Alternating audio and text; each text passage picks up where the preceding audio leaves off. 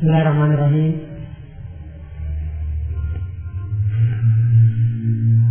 نحمدہ و نصلی علی رسولہ الکریم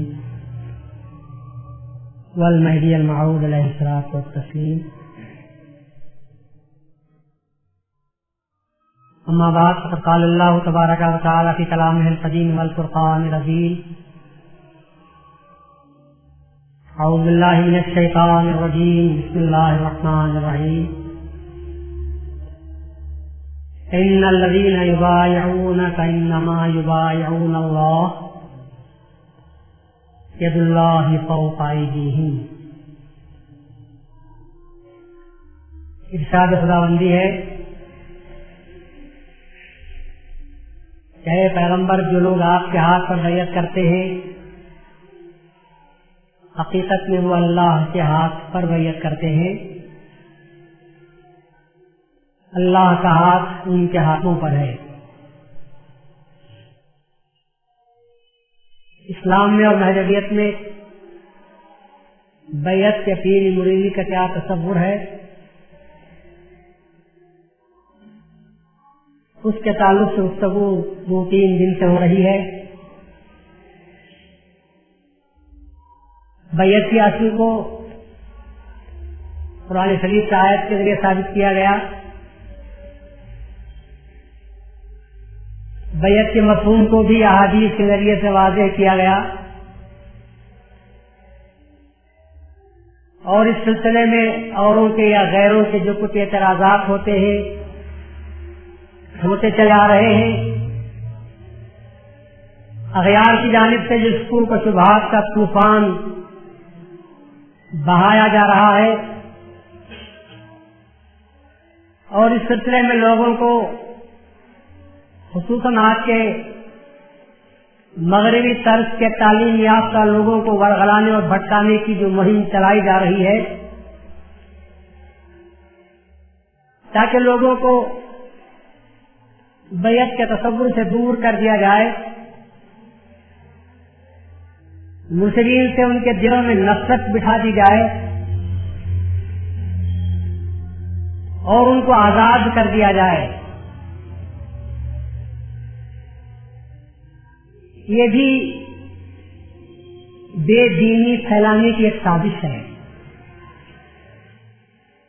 یہ بھی اپنے خاص نقطۂ نظر کو لوگوں کے ذہنوں میں بٹھانے کی ایک کوشش ہے.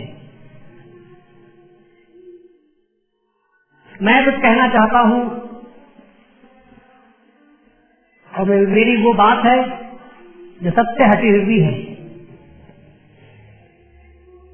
اور آپ کے سامنے جب میں اس بات کو رکھتا ہوں تو لوگ اپنے اپنے مرشدوں کے پاس جائیں گے اور پوچھیں گے کہ فلاں صاحب ایسا کہہ رہے ہیں کہ یہ بات صحیح ہے، تو مسلم کہیں گے کہ یہ بات غلط ہے، یہ بات قرآن کی کسی تفسیر میں نہیں، کسی حدیث سے یہ بات نہیں ملتی، بلکہ وہ شخص جو کچھ کہہ رہا ہے وہ اپنے ذہن کی اس کی تراوٹ ہے، اس کے دماغ کی تراش و خراش ہے. ایسے لوگوں کی باتوں کو نہیں سننا چاہیے. تو آدمی دبک جاتا ہے اور اس کے تعلق سے کوئی اچھا خیال قائم نہیں کرتا، اور اس کی بات کی پذیرائی تمہارے دلوں میں نہیں ہوتی. تو اس کے لیے میں یہ طریقہ اختیار کرتا ہوں کہ آپ جہاں جا کر پوچھتے ہیں ان کو ہی غلط قرار دے دوں اور یہ کہوں کہاں کی پیری مریدی اور کیسا مرشد لے کر بیٹھے ہو. اسلام میں اس کا کوئی تصور نہیں ہے. قرآن کو سمجھنے کا ہر ایک کو حق حاصل ہے. احادیث سے سب مطلب سمجھ سکتے ہیں.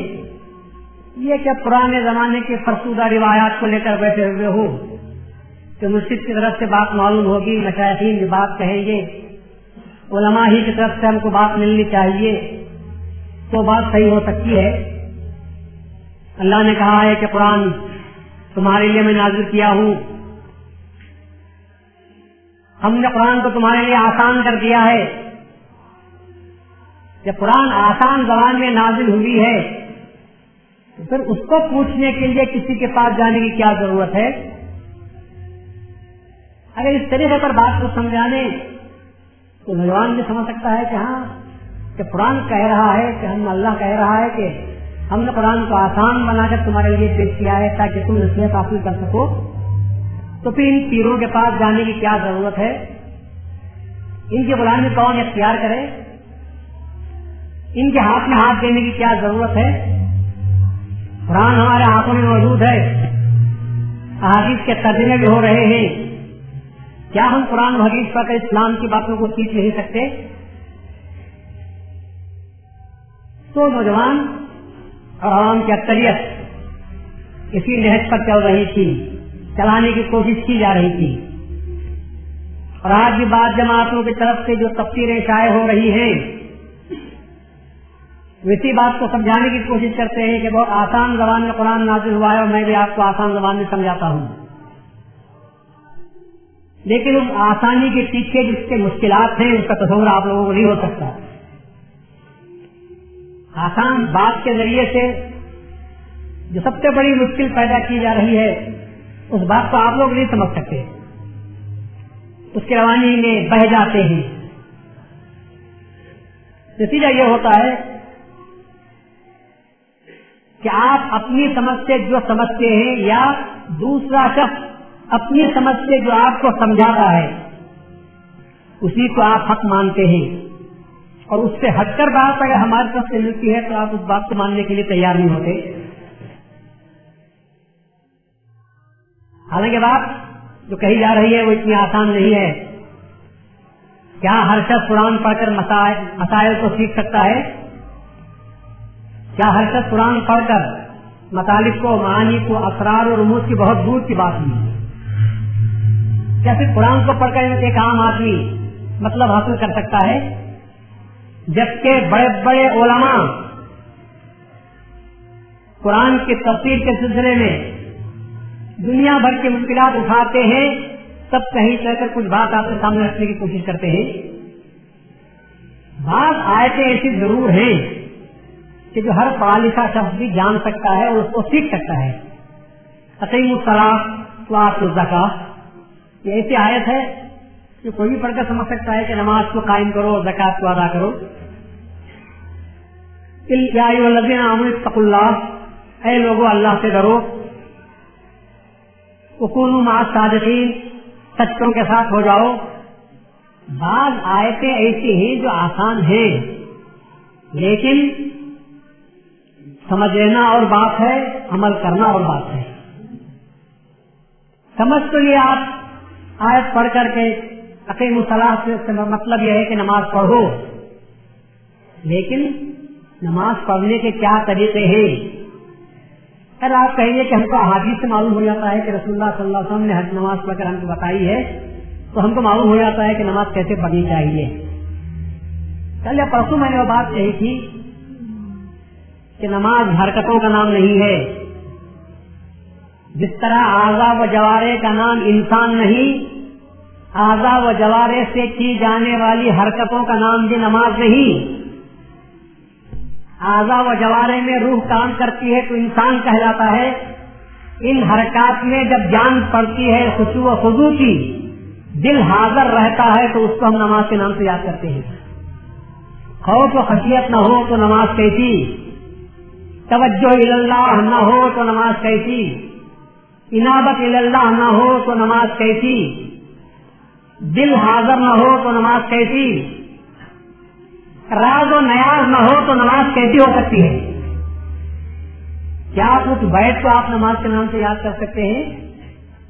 کیا فقط بھوکے مرنے کو آپ روزے کے نام سے یاد کرتے ہیں؟ اسی طرح کعبے کا طرف 5 چکر لگانے کو آپ نے طواف کا نام دے دیا ہے، جبکہ آپ کے پاس کوئی تصور نہیں ہے۔ یہ سب ہے ضرور، ظاہری حرکات کو کرنا اس لیے ضروری ہے کہ اللہ روح بھی اگر ڈالے گا تو کہاں ڈالے گا؟ جسم پیدا کر کے ہی روح ڈالے گا، ورنہ روح آپ کو کہاں سے نظر آ سکتی ہے؟ اور روح نظر نہیں آتی، روح کے اثرات نظر آتے ہیں۔ اسی طرح نماز کے حرکات نظر آتے ہیں اور اللہ جو قبول کرتا ہے وہ نماز کی روح کو قبول کرتا ہے. حرکتیں دنیا ہی میں رہ جاتی ہیں, زمین پر رہ جاتی ہیں, اور اللہ کے پاس جو چیز جاتی ہے جس کو اللہ قبول کرتا ہے وہ ہمارا خوف و خشیت, وہ ہمارے دل کی پاکیزگی, دل کی نورانیت ہے جو اللہ کے پاس جاتی ہے. اللہ اس کو دیکھ کر قبول کرتا ہے. لیکن آپ کہیں گے کہ سر نمازی نہیں پڑھوں گا, فقط دل کو اللہ کے پاس پہنچا دوں گا, تو ایسی بات ہے جیسا کوئی یہ کہے کہ مجھے جسم کی ضرورت نہیں, روح آ جانا چاہیے. تو بغیر جسم کے روح بھی نہیں, تو بغیر نماز کے تقویٰ بھی پیدا نہیں ہوتا. ظاہر اور باطن دونوں کا ہونا ضروری ہے. یہ بات آپ کو کون سمجھائے گا؟ سمجھ بھی گئے آپ تو پڑھنے کے طریقے کہاں سے آپ جانیں گے؟ پڑھنے کے طریقے آپ کہاں سے جانیں گے؟ بعض باتیں ایسی ہیں کہ جب تک ان پر سے آپ گزر نہ جائیں یا وہ آپ پر سے گزر نہ جائیں ان کے معنی آپ کی سمجھ میں نہیں آتے.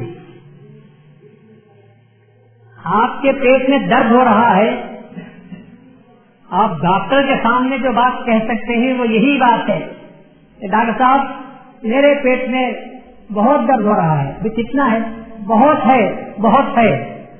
لیکن نہ درد کو بتا سکتے ہیں نہ درد کی کیفیت کا اظہار کر سکتے ہیں. بس میں کیا بتاؤں, بے انتہا ہے. کوئی بات ہو گئی؟ کون ہے جو درد کو دیکھ سکتا ہوگا اور کون ہے جو درد کی کیفیت کو بیان کر سکتا ہوگا؟ وہ بات آپ کو کب معلوم ہوگی؟ جبکہ آپ کے پیٹ میں درد اٹھے تو کہیں گے کہ وہ جو کہہ رہا تھا وہی میرے پیٹ میں اب درد ہو رہا ہے, وہ جو کہہ رہا تھا کہ موت یاد آ رہی ہے. تو ان واقعات پر سے گزر نہیں جاتے اس وقت تک وہ کیفیت آپ کو معلوم نہیں ہوتی. اسی طرح اس کو محبت کی باتیں ہوتی ہیں. لیلا کی محبت میں مجنو آوارہ پھرتا رہا, نام و نشان کو کھو دیا. لوگ پتھر مارتے تھے تو اس میں بڑا مزہ آتا تھا. ایک فرزانہ ایک عقل مند اس کیفیت کو دیکھے گا تو کیا کہے گا؟ یہ کہے گا کہ پہلے پاگل ہے اور دیوانہ ہے. لیکن خود کو اس کو محبت ہو جائے تو پتا چلے گا کہ اس کو محبت کیا چیز ہوتی ہے. فقط سن لینے سے بات نہیں پوری ہوتی, تو سمجھنے بھی ٹھیک طور پر نہیں آتی. اسی طرح نماز میں تقویٰ کیسا اختیار کرنا چاہیے, اللہ کا نام لینے دیتے وقت میں کس طرح آنکھ سے آنسو گرتے ہیں. بازار میں بیٹھ کر یا کسی ہوٹل میں گانا سنتے ہوئے اگر وہ اللہ کا نام بھی لے لیا تو کیا آپ وہاں پر کسی کی آنکھ سے آنسو گرتے دیکھے ہوں گے؟ سب مزے سے چائے پیتے ہوں گے اور یہ ہم کی بات سنتے ہوں گے یا قوالیوں میں رسول اللہ کی نعت بھی سنتے ہوں گے. بس اتنی حد تک ٹھیک ہے. لیکن آنکھ سے آنسو کب گرتے ہیں؟ جب کسی اہل اللہ اور متقی کی مجلس میں شریک ہوں اور وہ جب اللہ کا تصور اور پیغمبر کا نام لے کچھ واقعہ بیان کرے تو اس کی آنکھ سے آنسو گرتے ہیں, تو لا محالہ آپ کے بھی آنکھ سے آنسو گرتے ہیں. یہ صحبت کا اثر ہوتا ہے. تو اللہ کی محبت بھی یوں ہی پیدا نہیں ہوتی. محبت کے لیے رنگ پیدا کرنا ضروری ہے. جب تک رنگ پیدا نہیں ہوگا اس وقت تک وہ کیفیت آپ کے دل میں نہیں آتی. لفظ میں آپ کو سمجھا سکتا ہوں, معنی میں آپ کو سمجھا سکتا ہوں, کیفیت میں آپ کو سمجھا نہیں سکتا. کیفیت دیکھ کر منتقل ہو سکتی ہے اور وہ منتقل ہونے کے لیے صحبت ضروری ہے. اسی لیے کہتے ہیں کہ مرشد کی صحبت میں رہو تاکہ اس کے گفتار, کردار, اخلاق, عادات اور اس کے بیان کو سننے کے بعد تب کہیں چل کر ایک مرتبہ سنو گے تو نہیں, بار بار سنیں گے, بار بار دیکھیں گے تو پھر وہ کیفیت پیدا ہو سکتی ہے. پھر آپ کو نماز کی بھی حقیقت معلوم ہوگی, روزے کا فلسفہ بھی معلوم ہوگا آپ کو, اور حج کیا ہے یہ بھی معلوم ہوگا. اس لیے جب زندگی میں شاہ نظام اللہ ہوتا ہوں, جب پہلی مرتبہ گئے طواف کر لیا, حج بھی کر لیا, واپس بھی آ گئے. پھر جب مہدی موعود علیہ السلام کے ساتھ گئے, وہی کعبہ تھا, وہی شاہ نظام تھے, وہی مطاف تھا, وہی سب کعبے کا طواف کر رہے تھے. پھر مہدی موعود نے یہ کیوں پوچھا, بھائی نظام اس سے پہلے بھی آپ آئے تھے, بندے کے ساتھ اب آئے ہو, ان دونوں حجوں میں کیا فرق ہے؟ اس وقت بندگی میں شاہ نظام نے فرمایا تھا, بندہ پہلے آیا تھا تو صرف مکان کو دیکھ رہا تھا اور مکان کے ساتھ مکین کو بھی دیکھ رہا تھا.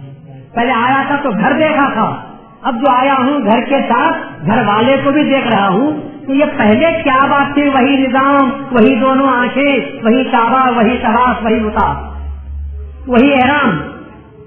اب کیا فرق پیدا ہو گیا ہے؟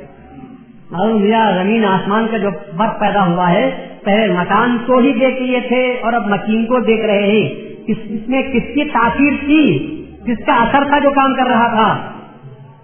ایک ہستی ساتھ تھی